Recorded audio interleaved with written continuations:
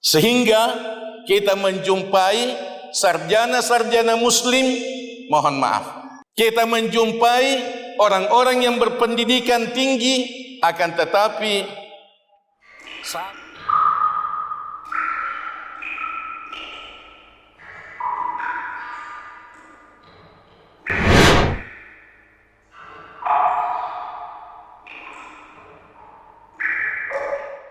roadshow atau jaulah dakwah kali ini membawa tema at-tarbiyah az-zatiyah, mendidik diri sendiri.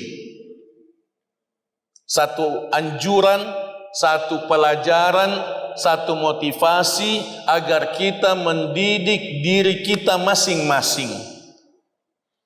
Satu kajian dalam tarbiyah zatiyah ialah membangun pribadi pembelajar. Mukaddimah.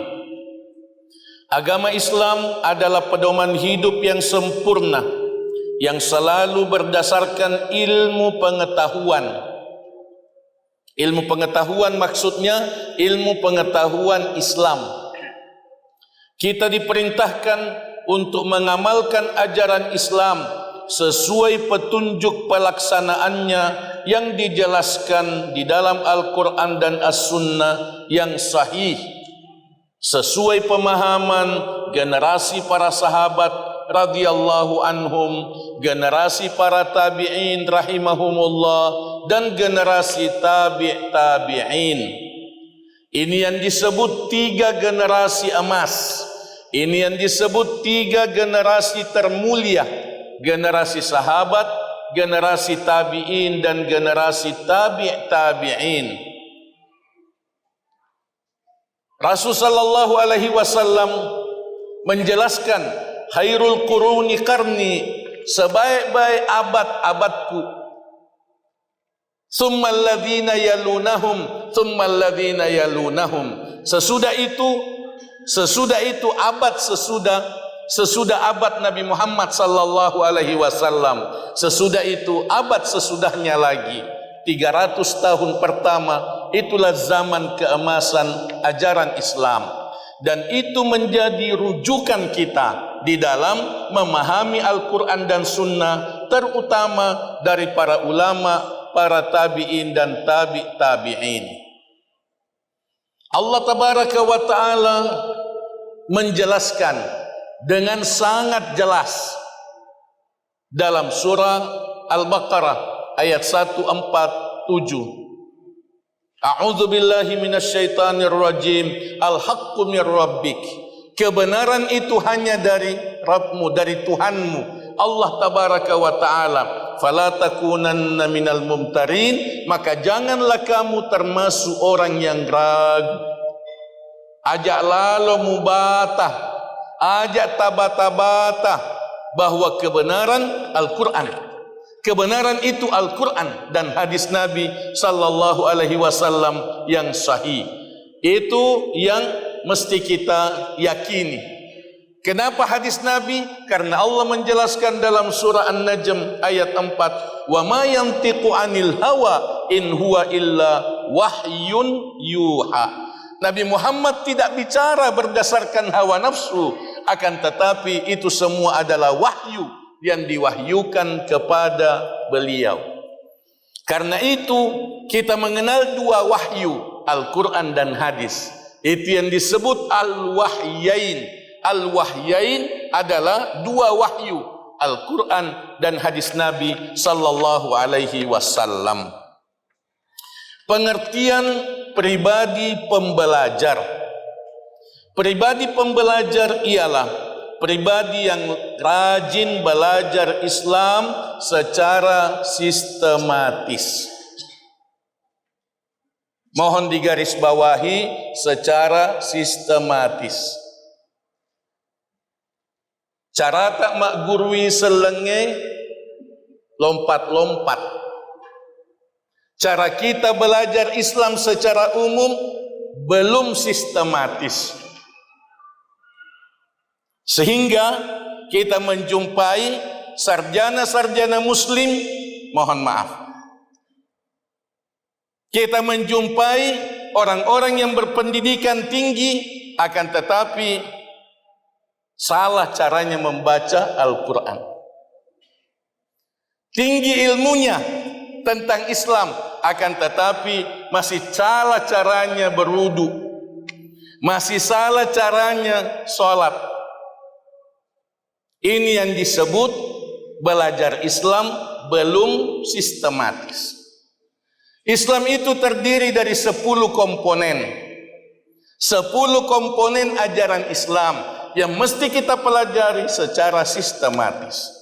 Akidah, ibadah, tazkiyah, pensucian hati, akhlak mulia, dakwah Islamiyah, zikir, doa, Al-Quran, hadis, dan masjid.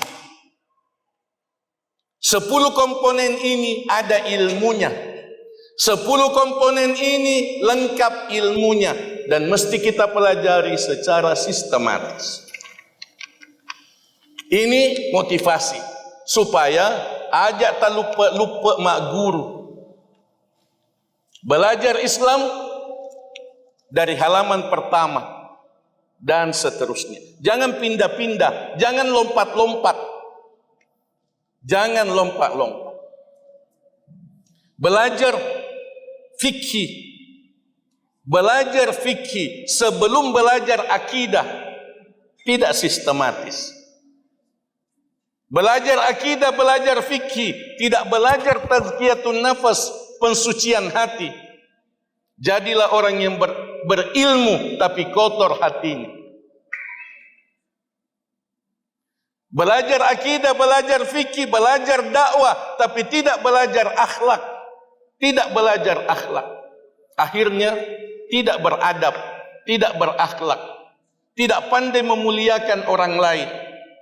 Ini semua akibat belajar Islam belum sistematis. Mari kita belajar Islam secara sistematis.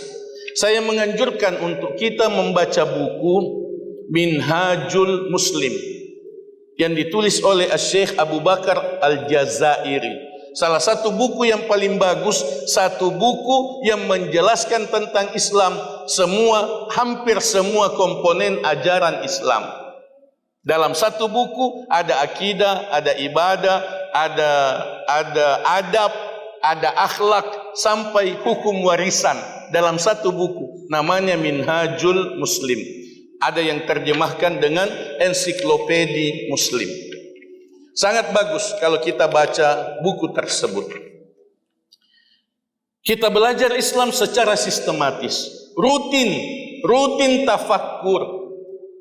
Kita belajar Islam bukan hanya belajar, tapi kita tafakkur. Kita kurang tafakkur, Bapak dan Ibu. Kita masih kurang tafakkur. Kita lebih banyak memikirkan tentang dunia daripada memikirkan tentang akhirat. Memikirkan tentang akhirat itu tafakkur. Kita lebih banyak memikirkan tentang kehidupan dunia daripada tentang iman, tentang hati. Kita masih lebih banyak memikirkan tentang dunia daripada tentang persiapan kita untuk kematian kita. Tafakkur, kita mesti rutinkan tafakkur. Berpikiran terbuka secara ilmiah. Jangan kita tertutup. Jangan tertutup. Jangan tidak mau mendengar ustadz yang lain. Jangan tidak mau mendengar kelompok lain, golongan lain. Oh, tania guru tak. Oh, tania kelompok tak. Kita mesti terbuka. Tak buka mana nih Pak disengenge di internet. Kenapa kita masih tertutup? Kenapa banyak saudara-saudara kita masih tertutup? Tidak mau berdialog, tidak mau berdiskusi. Kita beda, kita beda. Laiki idi oleh toyalena. Tidak benar. Kita bersaudara. Innamal mu'minuna ikhwah. Sesungguhnya orang-orang beriman bersaudara. Pribadi pembelajar, pribadi yang terbuka. Pribadi yang pembelajar senyum kepada semua. Jangan senyum di sini, tidak mau senyum di sini. Ini penting. Ini kita harus renungkan, terbuka secara ilmiah. Senang membandingkan secara syar'i dan logika, secara syar'i dan logis. Suka membandingkan antara satu dengan yang lain, antara satu pendapat dengan pendapat yang lain. Berbeda dengan yang bukan pembelajar. Yang bukan pembelajar mengatakan, bingung ki ustaz, si salah-salah panggritata. Bingung ki, ini bilang begini, ini bilang begini. Kita bingung. Jazakallah. Pribadi pembelajar tidak bingung. Pribadi pembelajar tidak bingung. Mempelajari ini, pelajari juga ini. Dia bandingkan. Ada satu buku yang sangat bagus untuk kita baca, perbandingan mazhab. Dalam perbandingan mazhab, buku itu adalah Bidayatul Mujtahid wa Nihayatul Muqtasid yang ditulis oleh Al-Imam Ibn Rushd. Sangat baik. Ada edisi dua jilid tebal, terjemahkan, sudah diterjemahkan. Bidayatul Mujtahid sangat baik dalam menjelaskan tentang perbandingan mazhab, membuat kita berpikiran terbuka, memahami perbedaan-perbedaan yang ada di masyarakat dengan semangat toleransi, saling memahami, saling memaklumi antara satu dengan yang lain. Selalu memperkuat keyakinan imani. Mak guru ki untuk pencengi tepat. Kita belajar untuk menguatkan iman. Kita belajar bukan untuk berdebat. Kita belajar bukan untuk bangga-bangga, takabur. Bukan untuk merendahkan orang lain. Kita belajar untuk tingkatkan iman. Nasabah tepat tak oleh ri pak disengat tak. Apa yang kita imani itu bersumber dari pengetahuan. Jadi kodek na tambah pak disengat tak, dek na tambah tepat tak. Makanya kita harus belajar supaya iman kita bertambah. Meningkatkan pengamalan ilmu yang benar. Al-ilmu bila amalin kasyajari bila thamar. Pepatah Arab mengatakan, ilmu yang tidak diamalkan seperti pohon yang tidak berbuah. Tujuan kita belajar supaya kita tingkatkan amal. Ini problem. Di tengah-tengah masyarakat muslim ada kesenjangan antara ilmu dan amal. Ada gap antara ilmu dan amal. Tinggi ilmunya, sedikit amalnya. Tinggi ilmunya, sedikit amalnya. Apa yang dikerjakan bertentangan dengan ilmunya. Itu yang banyak yang kita saksikan di masyarakat kita. Mengajarkan dan menyebarkan kebaikan kepada orang lain seluas-luasnya. Kita yang sudah memiliki sedikit ilmu, kita yang sudah mengamalkan ilmu kita, kita mesti ajak orang lain. Kita mesti ajak orang lain. Kita mesti mengajar orang lain. Jangan biarkan anggota rumah tangga kita tidak ke masjid. Bukan hanya kita saja yang ke masjid, ikutkan anak kita, istri kita, ibu-ibu. Saya senang sekali ibu-ibu banyak ke masjid, Masya Allah. Sebab ada juga yang bilang ibu-ibu di rumah saja, tidak usah ke masjid. Padahal ada tempatnya ibu-ibu di masjid. Ada safnya, saf laki-laki dewasa, saf anak-anak, saf perempuan. Begitu pengaturannya Nabi sallallahu alaihi wasallam. Para istri Nabi salatnya di masjid. Bahkan pada 10 Ramadan terakhir istri-istri Nabi iktikaf di masjid. Bermalam di masjid, 10 malam di masjid. Jadi dianjurkan ibu-ibu juga ke masjid, anak-anak ke masjid.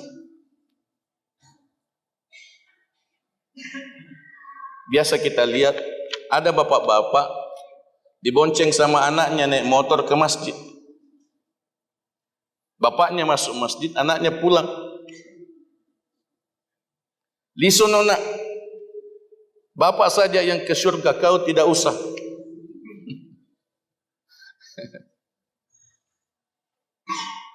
Sama-sama kita masuk masjid, sama-sama kita sholat di masjid. Kalau saya tidak salah ada ibu-ibu yang puasa, ada bapak-bapak puasa tadi, ada yang puasa sunnah, masya Allah, taqabbalallah, semoga Allah menerima puasanya para jamaah yang berpuasa. Mohon maaf, waktu kita sudah habis.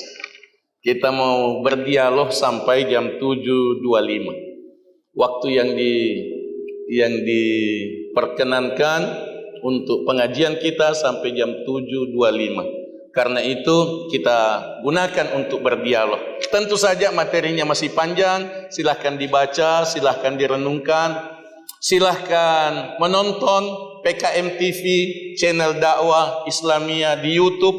Silahkan tingkatkan semangat kita belajar Islam.